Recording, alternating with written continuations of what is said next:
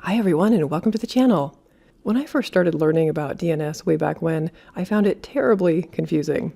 Maybe you're in the same boat. So in the next few minutes, I'll explain it in simple terms that hopefully anybody can understand. Let's go. We've talked previously about IP addresses, and that's basically how we're able to get to various resources around the web. Let's say that Google has an IP address of 142.251.215.238. So when you wanted to get to Google to do a search, you would type that into the search bar.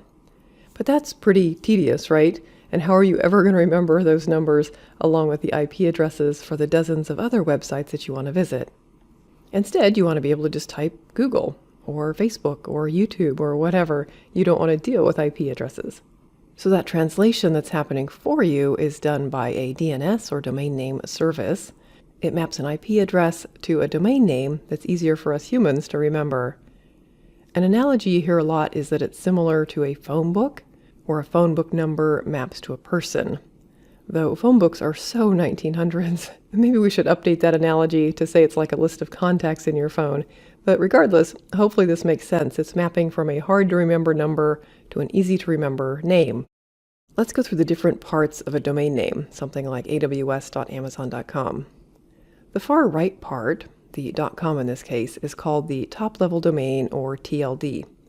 .com is the most popular, but it could also be something like .net or .org, .gov, and so on.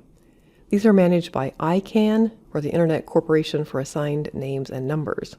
Moving to the left, we have the second-level domain, or SLD. These are managed by a domain registrar, such as GoDaddy or Amazon, any company where you can buy a domain name. And then we have the subdomain, in our case AWS. Or maybe it's something like webmail.example.com to get to an email, that kind of a thing.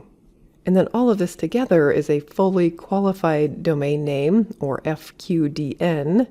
And to be precise, this technically ends with a dot, though you usually don't see that written out day to day. Let's walk through an example. Let's say that I want to go to Amazon.com and buy something to have it shipped to my house. I need more coffee, let's say. I always need more coffee.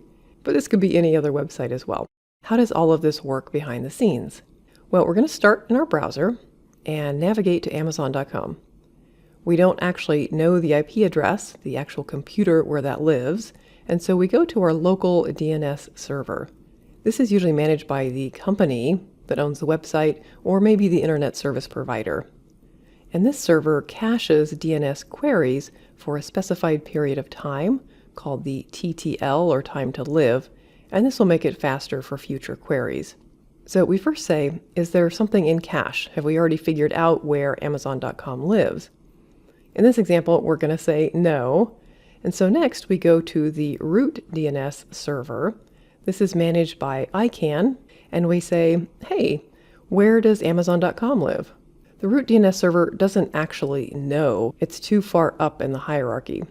But it says, oh, I see that you're trying to get to a .com address, which is the top-level domain, or TLD.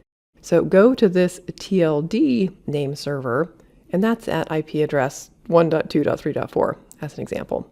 So we say, okay, TLD name server for .com, and this is managed by IANA, which is a branch of ICANN.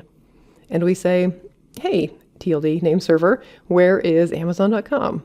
The server says, well, I don't know, but I see that you have a second-level domain, or SLD, so go to this name server at IP address 5.6.7.8. Okay, so let's go to that SLD name server. This is managed by a domain registrar, such as GoDaddy, or even Amazon themselves, or Google, anywhere you can buy a domain name. I'm just using GoDaddy here as an example. And hey, SLD name server, where is Amazon.com? This time we are at the right level in the hierarchy, and so this SLD name server will say, aha, Amazon.com is at 205.251.254.103. So then the local DNS server is going to take that address, cache it, so that the next time a user wants to go to Amazon.com, we can skip some of these other steps. And then we pass it back to the browser. The browser will then load the page on Amazon.com that lives at that address, and I can order more coffee. Yay! So those are the basics of DNS. Hopefully that helps.